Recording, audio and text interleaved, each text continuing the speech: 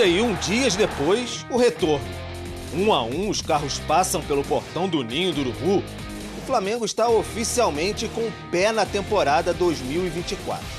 Mas o jeitinho, por enquanto, ainda é de 2023. No primeiro dia de trabalho de 2024, o Flamengo certamente esperava apresentar novidades para o técnico Tite. Por enquanto, tem apenas um reforço e ele nem mesmo apareceu nessa primeira atividade. De La Cruz, a única contratação anunciada para o ano, chega ao Brasil apenas na terça-feira. Só uma entrada e várias saídas. Felipe Luiz aposentou, Rodrigo Caio não renovou o contrato, assim como Everton Ribeiro. O agora ex-capitão, inclusive, esteve no CT para se despedir dos companheiros. Ainda assim, a balança no mercado rubro-negro é negativa por enquanto. A diretoria segue na busca por caras novas além de La Cruz. Já pensou em ganhar dinheiro com um canal de programas esportivos no YouTube sem aparecer num canal como esse que você está assistindo agora? Só esse canal nos últimos 30 dias me gerou mais de R$5.000, baixando isso aqui no vídeo no YouTube. Eu preparei uma aula para te ensinar passo a passo, mas o detalhe, essa aula não vai ficar liberada por muito tempo. Você tem que clicar agora no link que está na descrição e no primeiro comentário fixado. Léo Ortiz, Juninho Capixaba, Vinha, Evander, Luiz Henrique, todos nomes que interessam e todos travados por questões financeiras. São tempos bem diferentes no Ninho do Urubu. André Kfouri, te surpreende esse mercado do Flamengo? Tudo bem, é o De La Cruz, é um super reforço, mas só ele? Não me surpreende. Se o Flamengo estivesse num período de reconstrução e a gente tivesse identificado essas necessidades, jogadores, muitos deles já no fim do seu período no clube, isso vem acontecendo, por exemplo, o caso do Rodrigo Caio, do Felipe Luiz, são situações que a gente já percebia acontecendo nas últimas temporadas e não surpreendem, são situações que a gente sabia que terminariam da forma como terminaram. Eu acho que a contratação maior que o Flamengo fez nos últimos tempos foi o Tite, que seria para 24, junto com a sua comissão técnica. Ele entendeu que era necessário trabalhar no final do Campeonato Brasileiro, no final da temporada, garantir que o Flamengo teria o calendário que esse investimento todo merece, que a sua torcida também merece. O Flamengo conseguiu fazer isso. Não é um elenco que precisa de uma transformação radical. É um elenco que precisa começar a puxar a fila de novo.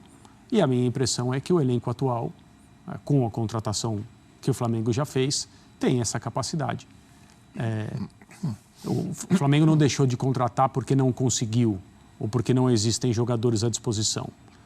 Uma equipe, um clube com o potencial de investimento que o Flamengo tem, quando quer, contrata. O caso do De La Cruz é claro. Então eu não tenho essa preocupação ou não cedo a essa ansiedade de tem que vir um monte de jogador, tem que ser gente consagrada, porque o Flamengo fez isso num determinado momento.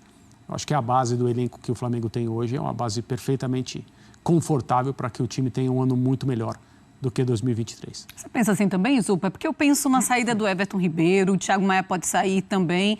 É por isso que eu imagino que é um Flamengo que deveria estar se movimentando um pouco mais no mercado. O problema, o Flamengo até se movimentou. O problema é que os jogadores que o Flamengo tentou contratar, o Flamengo foi buscar em um clube aqui no Brasil que não precisa vender desesperadamente, que é o Red Bull Bragantino. Então, foi lá no Red Bull Bragantino, fez uma boa oferta pelo Léo Ortiz, fez uma boa oferta pelo Juninho Capixaba. O Léo Ortiz viria para a vaga de elenco do Rodrigo Caio, para jogar, eu imagino, mas saiu um zagueiro, chegaria um zagueiro. O Felipe Luiz aposentou, chegaria um lateral esquerdo. O Everton Ribeiro saiu, chegou o Nico de La Cruz. Então seriam 3 contratações para 3 saídas importantes do elenco. Sim. Só que o problema é que, da mesma forma, como o André falou, que o Flamengo é um clube com poderio financeiro que geralmente basta para as negociações, o Red Bull Bragantino não é um clube desesperado para vender e está dificultando ao máximo a vida do Flamengo. Então, melhor do que, entendo eu, melhor do que nesse momento abrir mão, por exemplo, do Léo Ortiz e contratar um zagueiro inferior a ele, acho válido o Flamengo esgotar as suas possibilidades no seu jogador, que é o plano A, uma vez o Flamengo não é um clube desesperado por reforços, ou não deveria ser um clube desesperado por reforços. A gente já viu o Flamengo mais agressivo em outros momentos, também por uma questão de necessidade. Né? Então, acho que as coisas estão para o torcedor, né? Para o torcedor, você passar esse período, dezembro, janeiro, com apenas uma contratação, mexe com a ansiedade do torcedor. Tá. Mexe mesmo. Mas o clube não tem que tomar suas decisões por isso, né? Então, o Flamengo quer o Matias Vinha. A Roma quer um dinheiro alto para vender o Matias Vinha. O Flamengo está tentando conversar antes de pensar num outro plano, né? Então, o Flamengo está tentando contratar jogadores de gente que não está muito disposta a vender. E isso demanda tempo, paciência, até você desistir e partir para um outro plano. Então, acho que não há grande desespero para a temporada. Só um torcedor que entra na internet, vê lá, atualiza o feed, a timeline e vê os outros contratando e ele não. Isso mexe. Porém, como diria aquela máxima, torcedores, calma. Né? Calma. Muito bem, a gente está vendo aí, né? O De La Cruz chega nesta terça-feira lá no Flamengo. Vamos seguir o Sport Center falando de mais mercado da bola. Tem a esse profissional aí que é sensacional. Vamos falar do Flamengo agora. Hoje teve reapresentação, como eu já disse para vocês. O Flamengo confirmou também nas redes sociais que o De La Cruz chega nessa terça-feira em voo às 13 horas, o famoso 1h da tarde, lá no Galeão, Aeroporto Internacional do Rio de Janeiro. Quem quiser fazer o Aeroflá pode ir para lá. E o De La Cruz, que estava pronto para vestir a 7, não vai vestir a 7, porque o Flamengo divulgou que Luiz Araújo vai herdar a camisa 7 do Everton Ribeiro. E pelo que me passaram lá no Flamengo, de fato, o De La Cruz estava perto de usar 7, sim, mas a diretoria seguiu a hierarquia. Tem gente mais antiga no time que gostaria de usar 7, que no caso é o Luiz Araújo, e aí o Luiz Araújo pegou a 7 e pronto. A ver qual vai ser a escolha da diretoria ou até mesmo do De La Cruz para usar, qual número ele vai usar no Flamengo. Mas a 7 ficou com o Luiz Araújo. Eu vi muita gente criticando e sou contra isso também, ficar fazendo ataque, hate em cima de jogador, porque o jogador herdou o número 7. Boa sorte ao Luiz Araújo com a camisa 7, ele gostaria de vestir a 7 e pronto, a 7 é dele. O De La Cruz agora vai escolher um outro número. O Flamengo também divulgou que Bruno Henrique, o Flamengo divulgou aí no sábado a renovação de contrato dele, vai conceder entrevista coletiva na sexta, 1h30 da tarde, e em seguida o De La Cruz será apresentado à imprensa. Sobre a representação, galera, vamos lá, os jogadores nesse primeiro dia seguem o padrão, tá? Fazem exames, são avaliados, vão ver percentual de gordura, massa magra, o que a nutricionista ou nutricionista vai passar a dieta, vai avaliar como é que cada jogador se apresentou, enfim. Só que a boa notícia é o seguinte, ninguém lá no Flamengo, ninguém se reapresentou largado, entre aspas, como a gente diz aí no futebol, muito acima do peso. Não teve nada disso, muito pelo contrário. Pelo visto, os jogadores curtiram muito as férias, mas conseguiram manter ali o ritmo de treino, porque todo jogador, o Flamengo passa uma cartilha para os atletas, não é obrigando os atletas a fazer exercício durante as férias. Férias são férias, é para o cara curtir, mas, pelo visto, eles seguiram essa tal cartilha aí, que minimiza o prejuízo, ou seja, eles se apresentam melhor.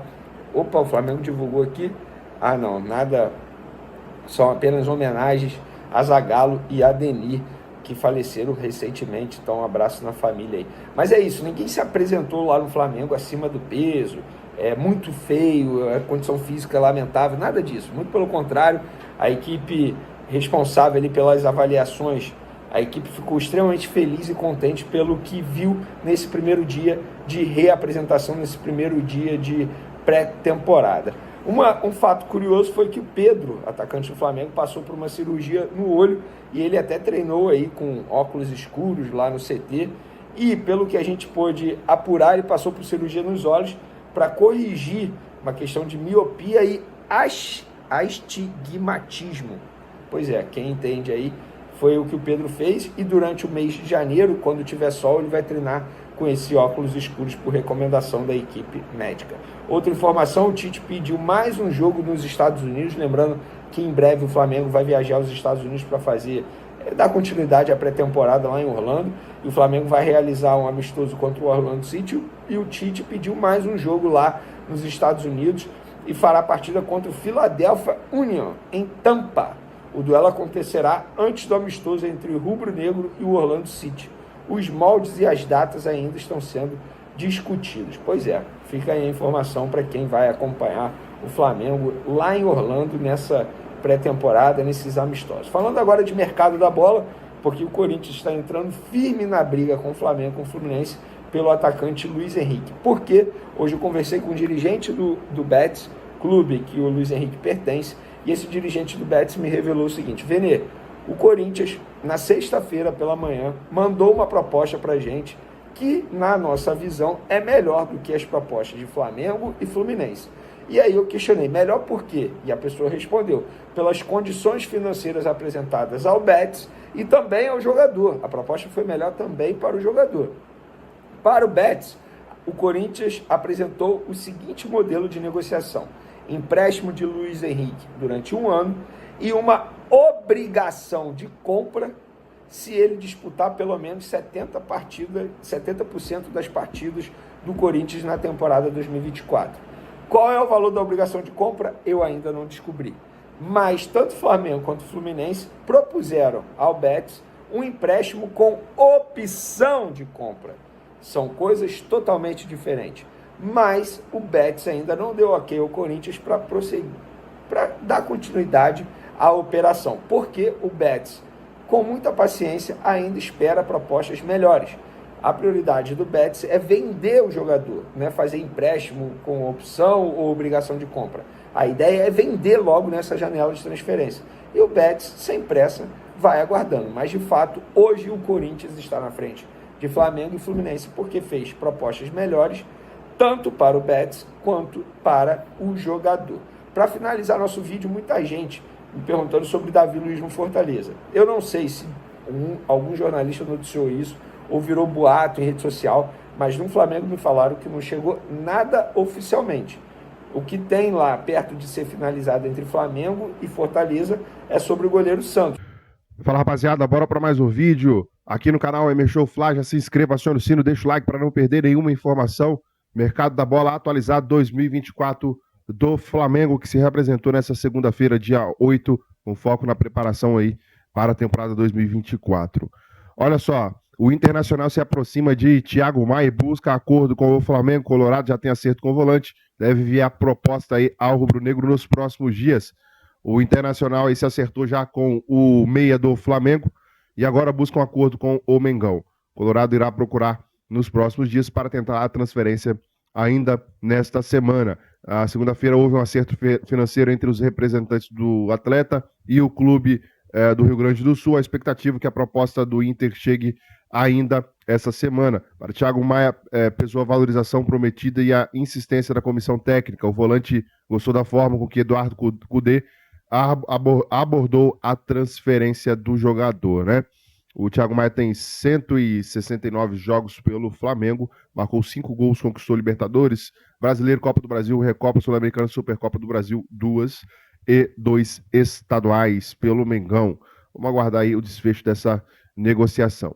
Bom, olha só, a situação do Santos, né?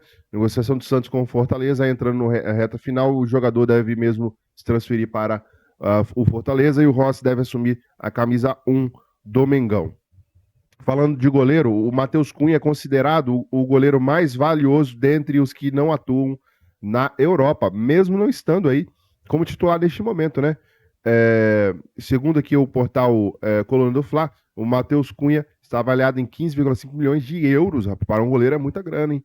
Cerca de 82 milhões de reais. Dessa forma, o goleiro do Flamengo supera o Bento, que é avaliado em 67 milhões de reais, e o Gabriel Grando do Grêmio, 61 milhões de reais. Os goleiros aí que mais valem, que não atuam na Europa.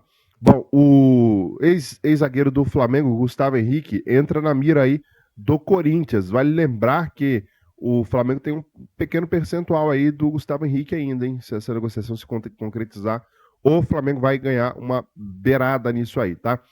O Andrei Santos, lembra dele? Ex-Vasco, foi cogitado ano passado no Flamengo. Ele... Tá aqui a situação, o Chelsea cogita empréstimo jogador especulado pelo Flamengo anteriormente. Houve uma especulação aí da chegada do Andrei Santos no Mengão, mas acabou esfriando e o Flamengo busca outras prioridades como plano A, né? E estão cogitando este empréstimo. Andrei agora vai passar férias no Brasil e a expectativa aí do meia ser emprestado pelo Chelsea não está sendo utilizado. Coloca aí a sua opinião nos comentários, se inscreva, acione o sino, deixa o like e até o próximo vídeo.